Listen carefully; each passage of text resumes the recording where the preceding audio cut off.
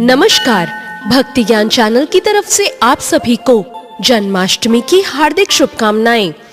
आइए भगवान श्री कृष्ण के जन्म दिवस पर बात करते हैं उनकी और उनकी कई लीलाओं की। भगवान श्री कृष्ण एक बहुत ही नटखट बच्चे हैं।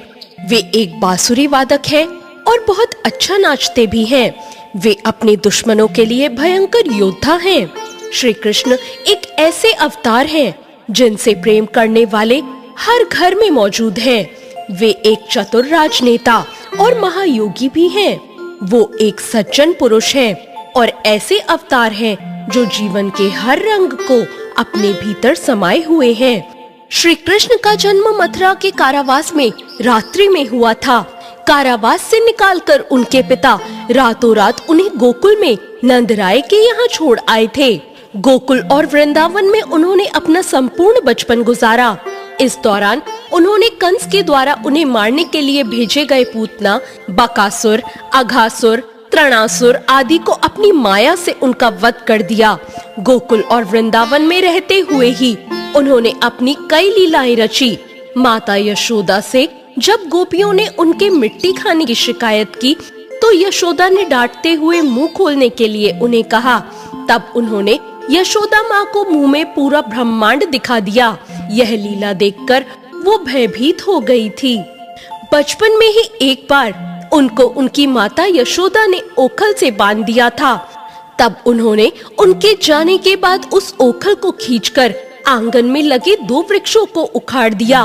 उनमें से 2 देवता निकलकर बालकृष्ण को प्रणाम करते हुए कहने लगे, हम दोनों यक्ष कुबेर के पुत्र नंद कुबेर और मणिग्रीव हैं। श्राप के कारण वृक्ष बन गए थे और आपकी कृपा से हमारा उद्धार हुआ।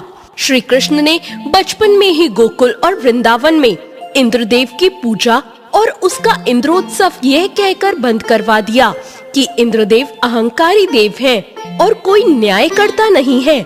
इंद्रोत्सव बंद होने से इंद्रदेव कुपित हो जाते हैं तो वे सावर्तक से कहकर गोकुल और वृंदावन में जल प्रलय करवा देते हैं।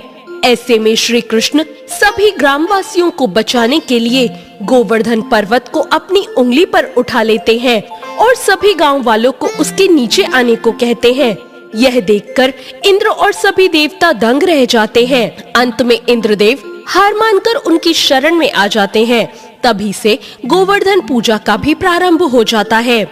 मथुरा जाने के बाद सबसे पहले वो कुब्जा का उद्धार करते हैं, फिर भगवान शिव का धनुष तोड़ते हैं और अंत में कंस का वध करते हैं। बाद में वे संदीपनी ऋषि के आश्रम में पढ़ने के लिए चले जाते हैं। कंस के वध के बाद उनकी बाल लीलाएं समाप्त हो जाती हैं। जय श्री कृष्ण। तो ये थी भगवान श्री कृष्ण की कुछ लीलाएं। आप सभी को आज की कहानी कैसी लगी कमेंट करके जरूर बताएं। साथ ही भक्ति ज्ञान चैनल को सब्सक्राइब करना ना भूलें। धन्यवाद।